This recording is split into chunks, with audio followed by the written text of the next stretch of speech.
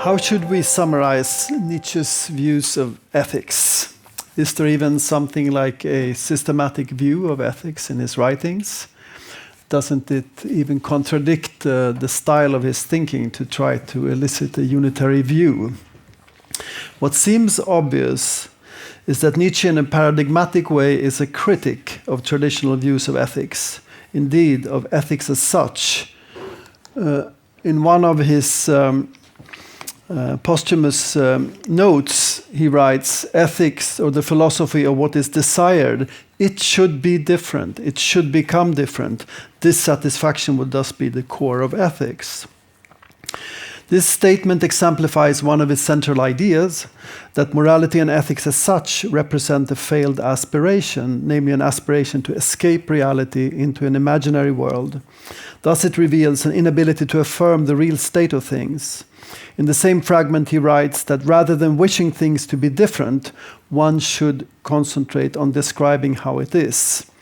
From this would follow that ethics primarily is a kind of fiction, a comforting, idealizing protection that humans have invented for themselves. Another central idea that he develops in his writings from the last years is that this deceitful fantasy, that is, of an ideal world of norms and values, that lies at the heart of that is what lies at the heart of that great growing movement of Western nihilism. And the argument runs like this, that morality is initiated by Plato when he invents his world of ideas as a kind of dreamt-up correlate to the real world. And once these highest values have been located in this fantastic reality, there is an emptying of values in the world here and now before us. This is then inherited into Christian value theory as also divinely rooted, which is why Nietzsche speaks of Christianity as a Platonism for the people. The same basic misconception is at work in the belief that there is a God who somehow stands as a guarantee for the highest values. As this long-held fantasy is about to lose its grip on the modern imagination, its inherent nihilistic tendencies are also realized. For when the highest values proves to be fictions, everything loses its value. And at this point, we have a situation that he diagnoses as nihilism. So at the root of Western culture, we have a kind of ascetic impulse articulated by priests and philosophers as a protection from the painful reality of life and the transient nature of time, death, finitude, etc., by inventing these idealized utopias, but with the death of God as the metonym for the loss of this transcendent reality. This protection no longer serves its purpose, and instead we are confronted with a valueless reality, or a reality vacuated. And this is, of course, what Max Weber is also referring to. Max Weber, who was a passionate reader of Nietzsche, when he speaks of the disenchanted world of modernity.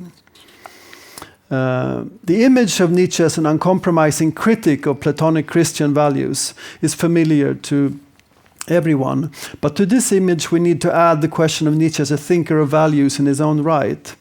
One of the projected subtitles for the magnum opus that he was working on when he became terminally ill but never finished, the Will to Power, was a subtitle was to be a revaluation of all values.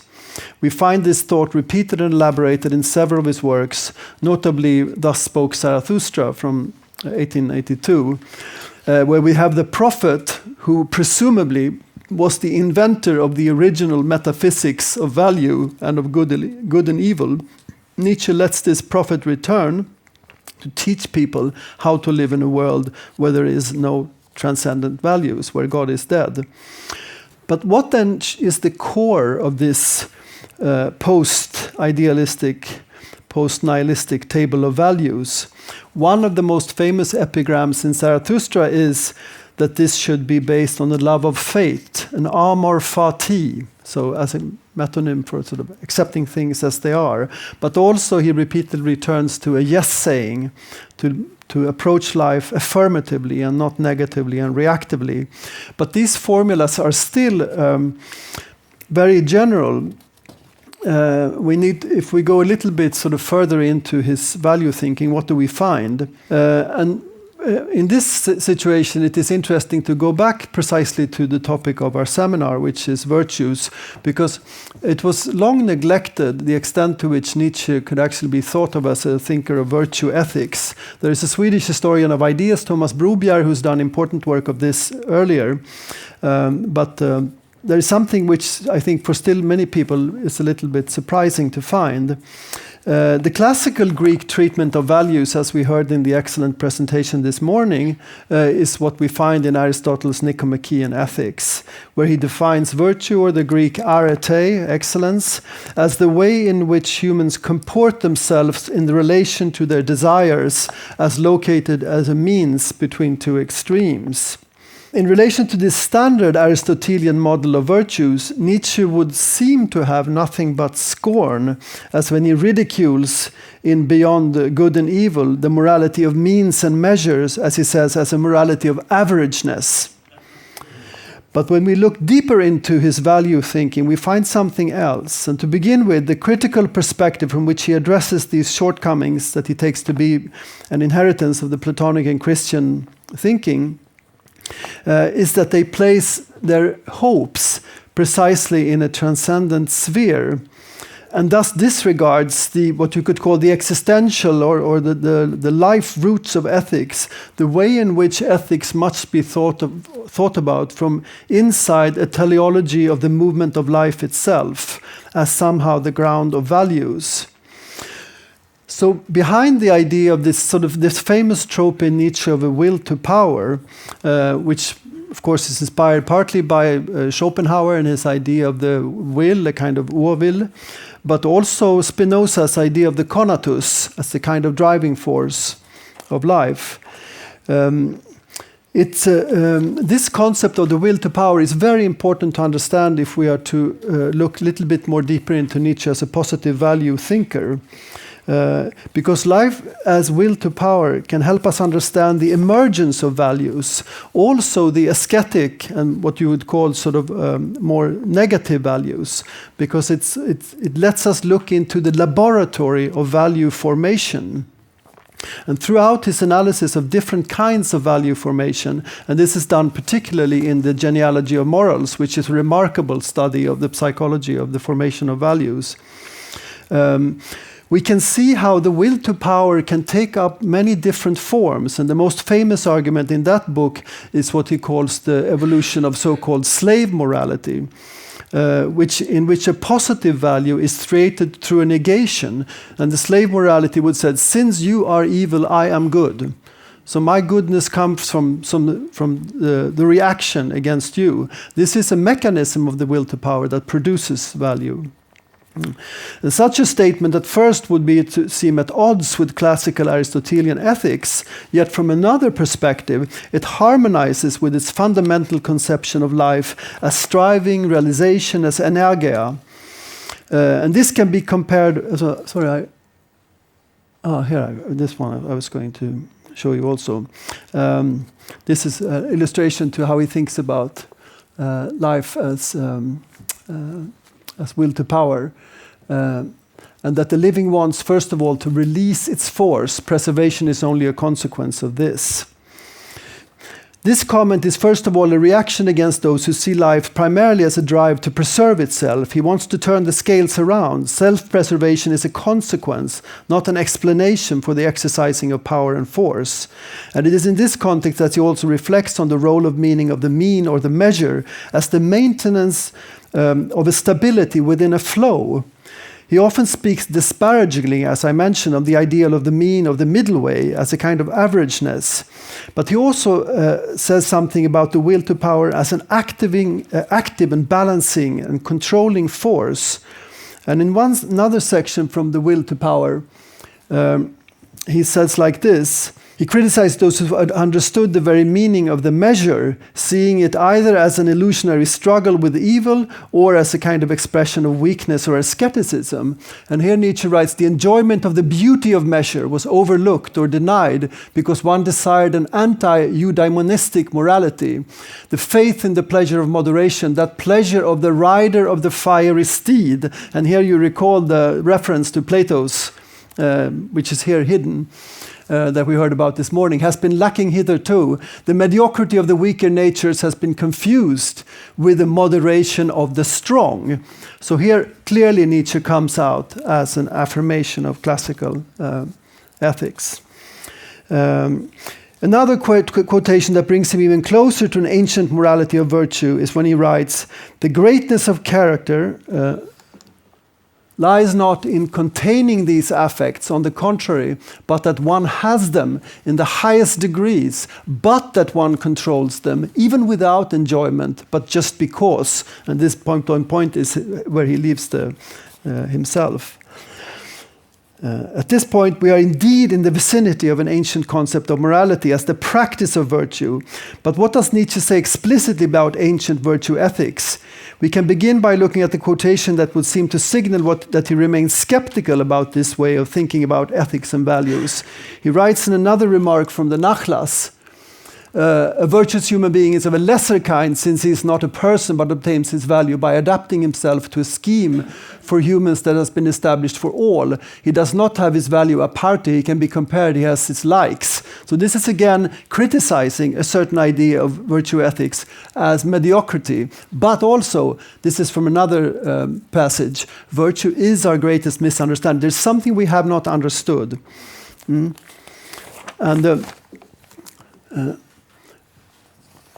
to see this, how he enters virtue ethics from another point, we can look at the early collection of aphorisms, human all to human. You must become master of yourself, also over your own virtues. Previously they were your masters, but they should be your tools among other tools. Here, virtues are not something passive and negative, but something to master and use. And contrary to the common conception at the time of writing, where virtue has been degraded precisely to submissiveness, moralism, Nietzsche, in his explicit references to virtue, displays a kind of subvertive counter-strategy. And this means presenting virtues instead as something exciting, even as a lure. And he writes, virtue is no longer believed in, its power of attraction is gone. To restore it, someone would have to know how to take it into markets as an unfamiliar form of adventure and excess. To be sure, precisely that may constitute its new charm. It is now what it never was before, a vice. This can be complemented, I think, by a wonderful quote that really sort of brings him in tune with what we are doing here. Again, from his last notes, in the end, what have I achieved? Let us not hide from ourselves this most curious result. I have imparted to virtue a new charm, the charm of something forbidden. It has our subtlest honesty against it. It is spied cum grano salis, with a grain of salt, of the sting of scientific conscience. It smells old-fashioned and antique, so that last it lures the refined and makes them inquisitive. In short, it appears as vice. Only after we have recognized everything as lies and appearance do we regain the right to this fairest of falsehoods, virtue. And here you see sort of the labyrinth of Nietzschean writing that really requires some unpacking, how you can return to a concept that you first throw away and then open yourself up to it again. Maybe this is the end of the time, yeah. So I would have liked to say a few words about megalopsychia, the greatness of soul as the key virtue in Aristotle and what Nietzsche makes of it. But perhaps if you ask me that question... remind me during the panel discussion. Yeah. But did Nietzsche try to invent a kind of individual Nietzschean virtue, or did he aspire to be at last a role model for the others? Definitely a role model. Nietzsche is a reformer. He's both a religious and a ethical reformer. But can everyone be an Übermensch when there's nothing below? Everyone has it in their possibility to accept the challenge of what it means to be an Übermensch, namely to recognize and come to terms with the fact that we cannot change the course of time and we cannot extinguish death. What philosophers have picked up on this theme? Did he have followers in this, or is he unique? Are you kidding? I mean, all of 20th century philosophy, at least half of it, is Nietzschean. I mentioned Max Weber, and you can go through Heidegger, and you can go through the critical theorists, you can go up to Derrida and Deleuze and Kaufmann. The reception of Nietzsche would take another day here at Engelsberg, I think. Welcome back.